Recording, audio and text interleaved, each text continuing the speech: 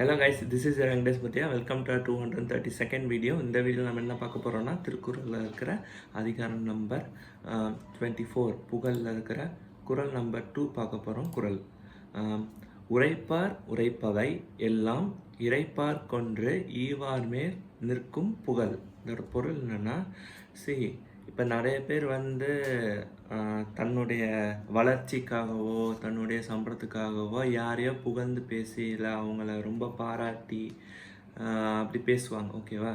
அது எல்லாமே ஒரு டெம்ப்ரரியாக கிடைக்கக்கூடிய அப்ரிசியேஷன் தான் அப்படின்னு திருவள்ளுவர் சொல்கிறார்.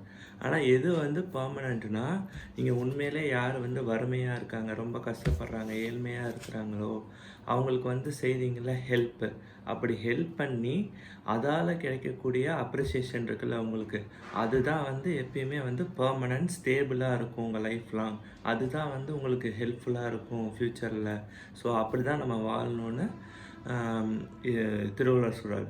அப்படி கிடைக்கக்கூடிய அப்ரிசியேஷன் தான் அந்த எப்படி சொல்கிறது, ஹிஸ்ட்ரியில் அது எப்பயுமே கான்ஸ்டண்ட்டாக இருக்கும். அதை அழிக்கவே முடியாது.